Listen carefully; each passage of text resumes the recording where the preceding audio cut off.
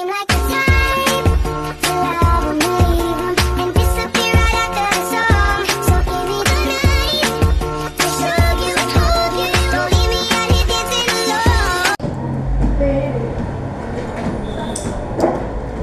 Baik, sebelum kita memulai pembelajaran, langkah baiknya kita berdoa terlebih dahulu. Berdoa dimulai.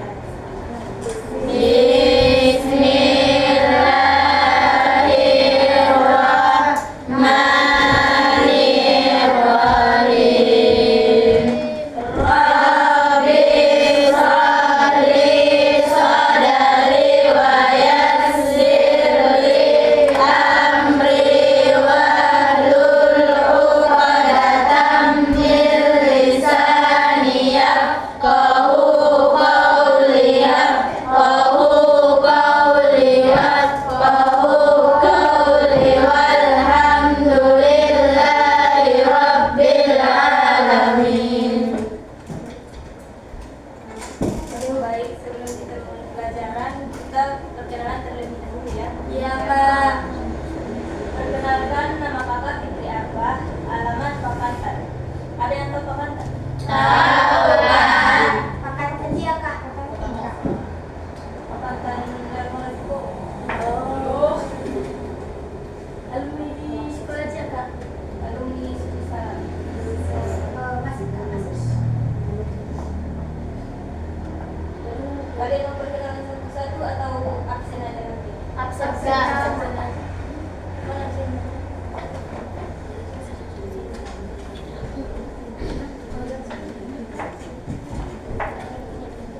Kakak panggil satu-satu aja ya.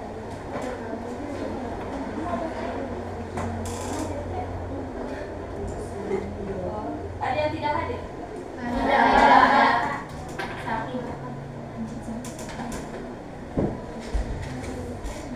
Baik, ini kakak membawakan materi akidah akhlak. Materi kita pada hari ini yaitu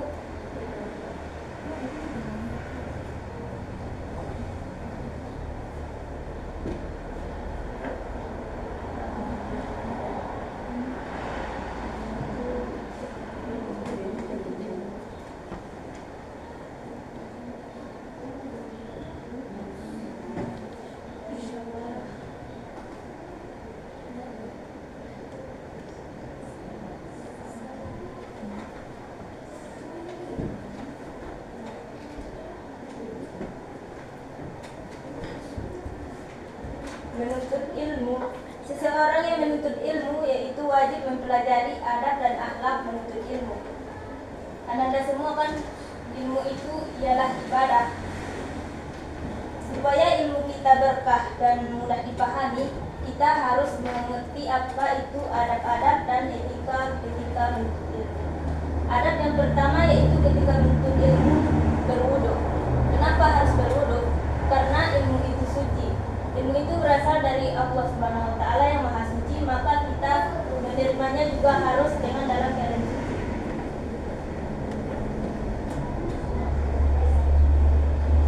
Yang kedua yaitu mandi dan memakai wangi-wangian. Ini khusus untuk laki-laki. Bukannya kita tidak bisa memakai wangi-wangian, tapi ini dikhususkan untuk laki-laki. Menuntut ilmu yaitu hendaknya dalam keadaan bersih dan wangi. Menurut penelitian aromaterapi ini sangat bermanfaat bagi relaksasi urat saraf kita sehingga badan kita terasa segar dan orang yang sekitar kita merasa nyaman. Selanjutnya yaitu duduk tahiyat awal, yang dimana posisi paling tepat ketika menuntut ilmu yaitu duduk tahiyat awal, sebagaimana yang pernah dilakukan oleh Rasulullah Shallallahu Alaihi Wasallam. Sebagai seorang beriman, hendaknya kita meyakini bahwa duduk yang paling tepat ketika menuntut ilmu yaitu duduk tahiyat awal. Selanjutnya yaitu konsentrasi. Ananda semua sudah konsentrasi belum? Belum, Kak. Perlu apa? Biasa. Enggak. Enggak. Boleh berdiri. Kalau kakak bilang konsentrasi dimulai. Seperti kakak aja.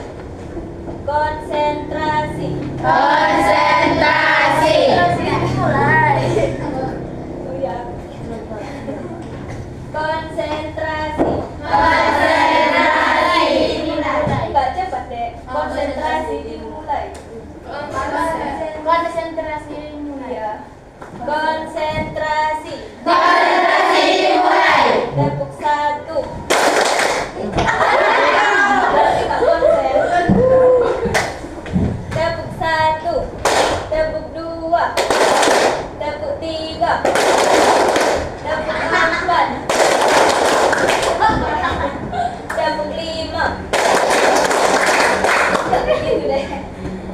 Kan kayak gini, tepuk 1, tepuk 2, tepuk 3, tepuk 4, 2, 2, tepuk 5.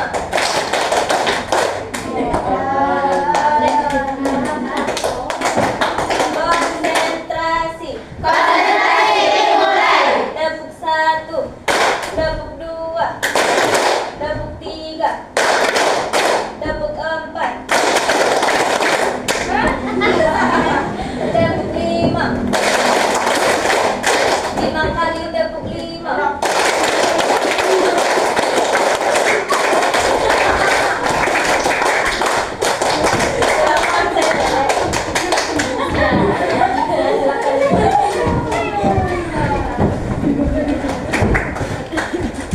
Nah, konsentrasi di sini yaitu ketika kita menuntut ilmu, hendaknya kita berkonsentrasi penuh, tidak melamun, tidak memikirkan hal lain maupun tidak sambil bercakap-cakap dengan teman. Selanjutnya yaitu mengagungkan dan memuliakan. Dalam menuntut ilmu, hendaknya kita mengagungkan dan memuliakan seorang guru yang telah memberikan ilmunya kepada kita, baik itu ayat, hadis maupun materi yang telah diberikannya kepada kita. Tips penting untuk memunculkan cita rasa ilmu itu, baik itu yang kita dengar ayat, hadis maupun materi, anggaplah itu ayat yang pertama kali kita dengar sehingga kita mau mendekatkannya dalam hati kita. Selanjutnya yaitu membenarkan dan meyakini. Dalam menuntut ilmu, hendaknya kita yakin bahwa ayat atau materi yang kita dapatkan itu pasti benar, karena berasal dari yang maha benar, yaitu Allah Subhanahu wa Ta'ala. Selanjutnya yaitu hunjamkan ilmu dalam hati. Ananda tahu tidak apa itu hunjamkan ilmu dalam hati? Tidak. Hunjamkan ilmu dalam hati itu seperti memasukkan ilmu ke dalam hati. Ilmu hendaknya tidak sekedar didengar oleh telinga saja, akan tetapi untuk mendapatkan ridho, tetapi harus selalu berusaha keras dimasukkan dan dilekatkan dalam hati, sehingga kan kita pernah melihat orang tua yang mampu dalam menghadiri pengajian.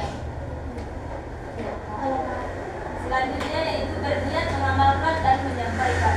Sebelum menuntut ilmu, hendaknya kita berniat terlebih dahulu dan meminta ridho kepada Allah Subhanahu wa Ta'ala. Setelah itu kita berusaha keras untuk memahami materi pelajaran yang telah diberikan guru kepada kita. Setelah mendapatkan ilmu, maka yang kita lakukan selanjutnya yaitu berusaha untuk mengamalkannya. Selanjutnya itu dalil naqli tentang menuntut ilmu. Sebagaimana yang dijelaskan dalam Quran Surah Al-Mujadilah ayat 11. Ada yang mau Al-Quran? Bisa baca deh. Quran Surah Al-Mujadilah ayat 11.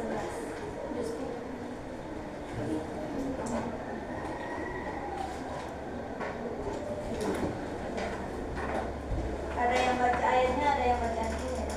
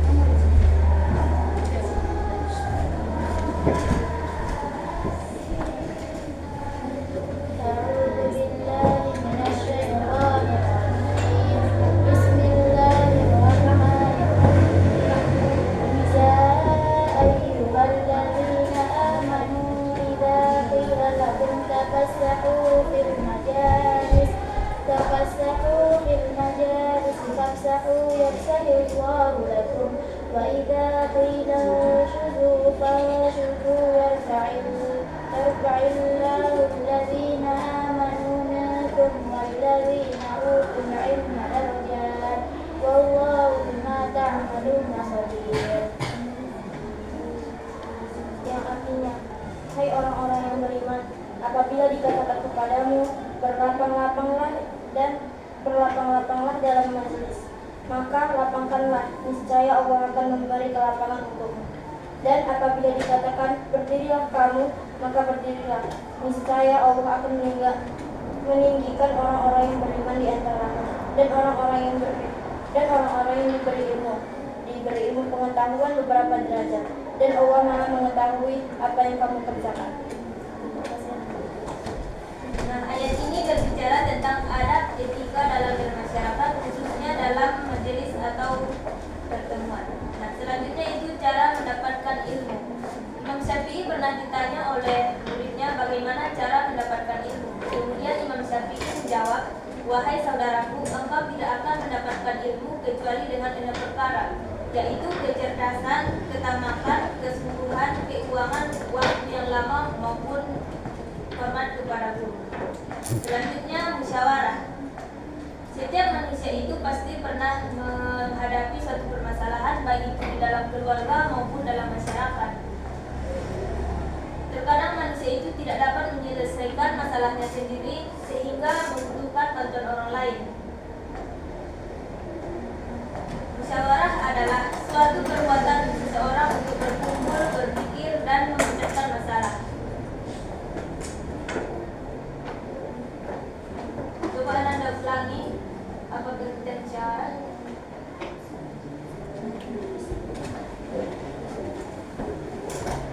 Musyawarah adalah suatu perbuatan seseorang untuk berkumpul, berpikir, memecahkan masalah yang selalu diliputi dengan rasa kekurangan. Selanjutnya yaitu adab musyawarah. Sebagaimana menuntut ilmu dalam musyawarah ini juga adab dan etika ketika musyawarah. Yang pertama, sebelum musyawarah diadakan, hendaknya kita berdoa terlebih dahulu dan meminta kepada Allah Subhanahu wa taala untuk diberikan keputusan yang terbaik. Yang kedua, setiap usulan ini hendaknya didengarkan dengan baik. Yang ketiga, tidak menyimpan prasangka dalam musyawarah. Yang keempat, mengakhiri musyawarah dengan membacakan hasil musyawarah dan mengakhirinya dengan doa. Selanjutnya dalil naqli tentang musyawarah. Ada yang bisa baca Quran surah Al-Imran ayat 149? Baca dulu.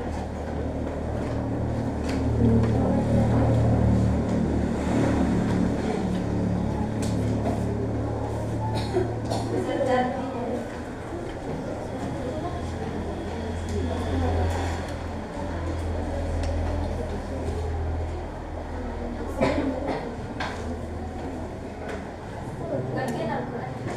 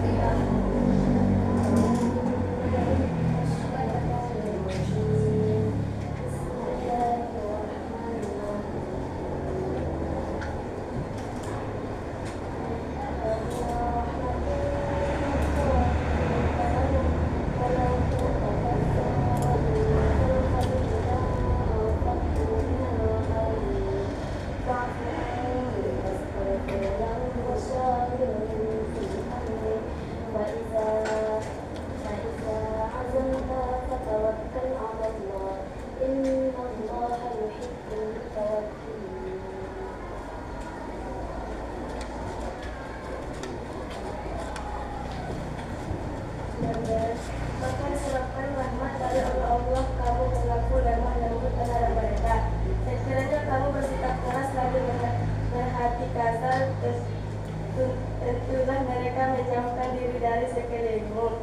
Karena itu, maafkanlah mereka, mohonkanlah ampun bagi mereka, dan bermusyawarahlah dengan mereka dalam urusan itu.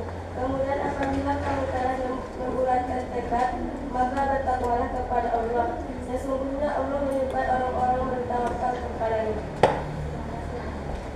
Baik, selanjutnya yaitu perilaku orang yang suka bermusyawarah. Orang yang suka bermusyawarah yaitu perilakunya rendah hati, tidak sombong, karena dia menyadari bahwa dirinya membutuhkan orang lain. Yang kedua, dapat menghargai orang lain. Yang ketiga, suka menolong orang lain. Yang keempat, memiliki ide kreatif dan mudah bergaul dengan orang lain. Selanjutnya yaitu salam. Anda tahu tidak apa itu pengertian salam?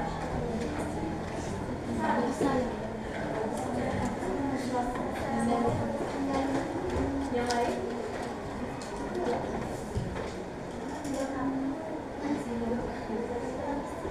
Salam merupakan salah satu cara mendoakan orang lain. Salam biasanya diucapkan ketika seseorang bertemu dengan orang lain, memulai ceramah maupun memasuki rumah. Adab salam yaitu yang pertama, ketika yang lebih muda hendaklah memberikan salam kepada yang lebih tua. Ini memberikan tanda hormatnya kepada yang lebih tua. Yang kedua yaitu orang yang lewat memberikan salam kepada orang yang berkendara. Salam ini hendaknya diucapkan dengan kata jamak meski diberi salam ini hanya satu orang. Selanjutnya itu salam hendaknya didengar oleh orang yang diberi salam. Apabila salamnya tidak didengar, maka yang mengucapkannya belum mengamalkan sunnah. Selanjutnya itu berjabat tangan. Berjabat tangan ketika bertemu dengan mengiratkan telapak tangan. Selanjutnya menghadapkan wajah pada yang memberi salam dengan rambut yang berseri dan menggambarkan mudah-mudahan serta al-fatihah. Selanjutnya yaitu dalil naqli tentang salam. Sebagaimana yang dijelaskan dalam Quran surah Al-Qur'an ayat 27. Ada yang mau menulis di depan, kita membaca sama-sama. Surah Al-Qur'an.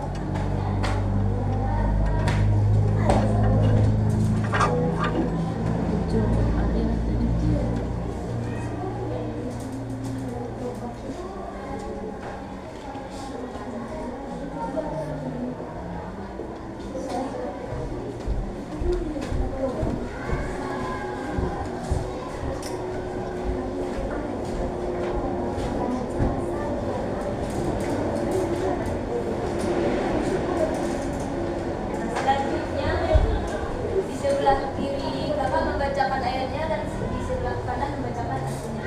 Oke kak. Sudah.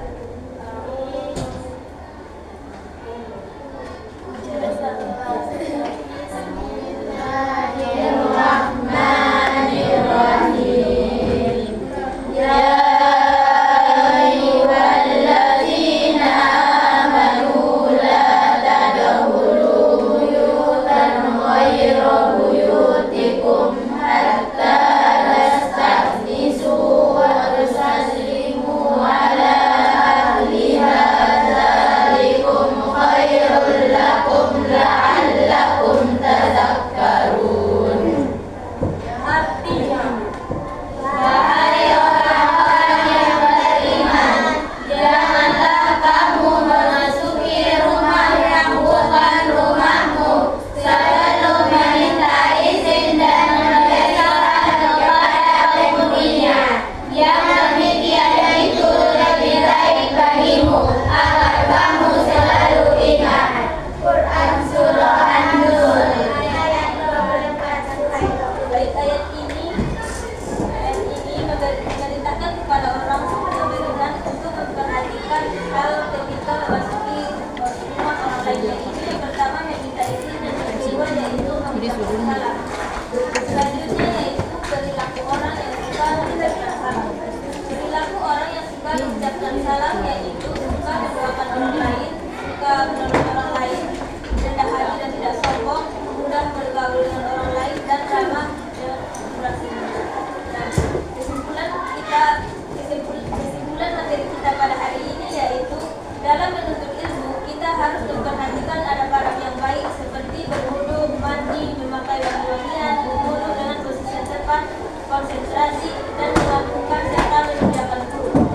Musyawarah juga memiliki adab yang harus diperhatikan seperti memulai dengan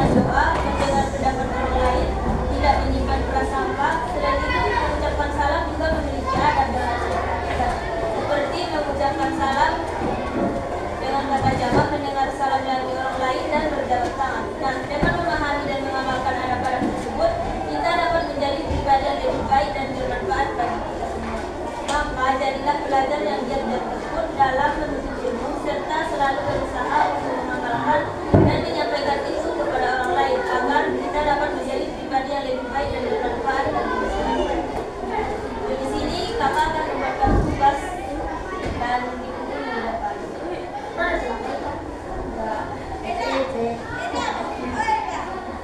Tugasnya yaitu buatlah esai singkat tentang pentingnya adab menuntut ilmu, musyawarah, salam dalam kehidupan sehari-hari, dan jelaskan bagaimana ketika hal tersebut dapat membantu kita menjadi pribadi yang lebih baik dan bermanfaat.